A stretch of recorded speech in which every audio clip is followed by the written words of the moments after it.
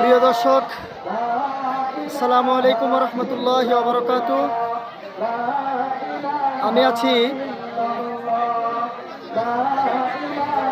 সিটকিবাড়ি কেন্দ্রীয় জামে মসজিদ ঈদগাহ মাঠে, আমাদের টাঙ্গাইল সদর বাগিল ইউনিয়নের সিটকিবাড়ি এলাকায়।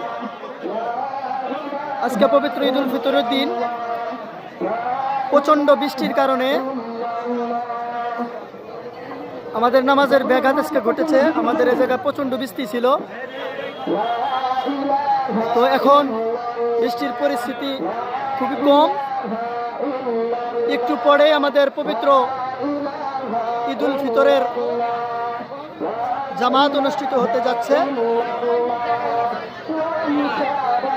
জননী টিভির পক্ষ থেকে এবং জননী টিভি পরিবারের পক্ষ থেকে দেশ এবং প্রবাসে যারা আছেন সকলকে জানাচ্ছি ঈদ মোবারক।